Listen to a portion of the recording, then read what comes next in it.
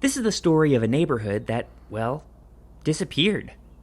I'm Boaz, and these are Pittsburgh Stories. I started my walk through Arlington Heights on Arlington Avenue and passed some public housing before the road turned, and then there was nothing. Or not exactly nothing, but large areas of fields and wildflowers. I chatted with a man who rode by in a golf cart, and he told me that this whole area used to be public housing until about a decade or two ago.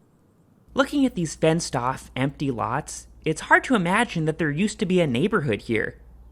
So I went to the library in Oakland and asked about Arlington Heights. They handed me a manila envelope full of old papers and news clippings. This is the original sales brochure from when Arlington Heights opened in the 1940s. There were 660 apartments full of cheerful rooms and attractive lawns built for low-income war workers in the area. It was strange to see this abridged history of a neighborhood through this collection of clippings. And these faded newsprint photos made it hard to imagine what life in Arlington Heights was like. So I started reaching out to a few people mentioned in these articles, like Ramad Brooks. He was a 17-year-old quoted in a 1990 article on the Pittsburgh Press about the difficulties of being a black teenager in the neighborhood. Now, almost 30 years later, Ramad met me at a park a few blocks from Arlington Heights.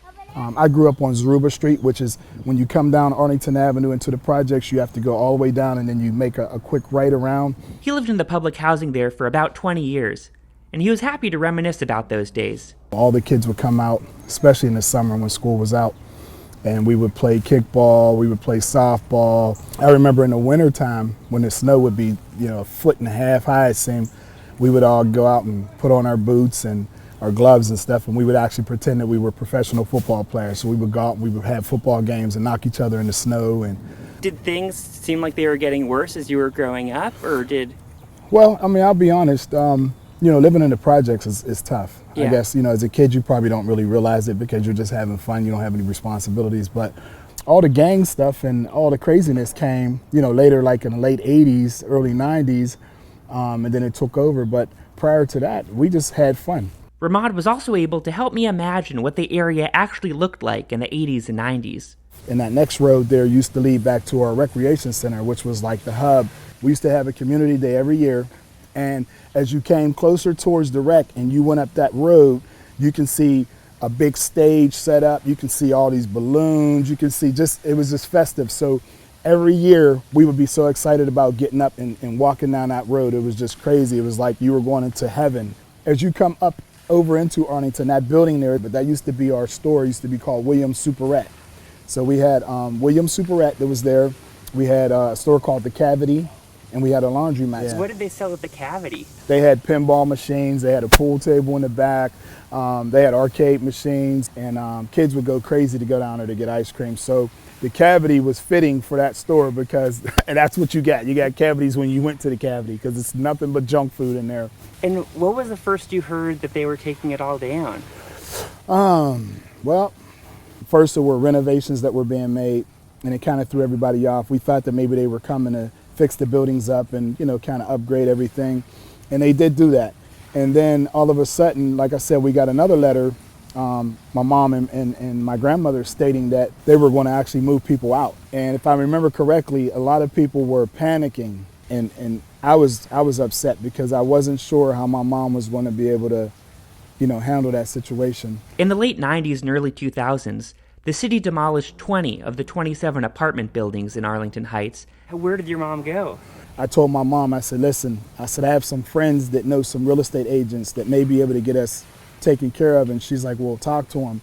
And he sat down with me and I said, my mom doesn't have the finances. She can afford this amount. I can help her. What can you do for me? And they ended up getting my mom a house. She was able to buy her own house, her first house ever. And wow. with a mortgage of, pretty much next to nothing. And my mom has been there ever since. So people from the old neighborhood still meet up at a reunion that Ramad helps organize every summer. As soon as we walk to wherever we're having the event at, we look at each other and we're all like, I remember you.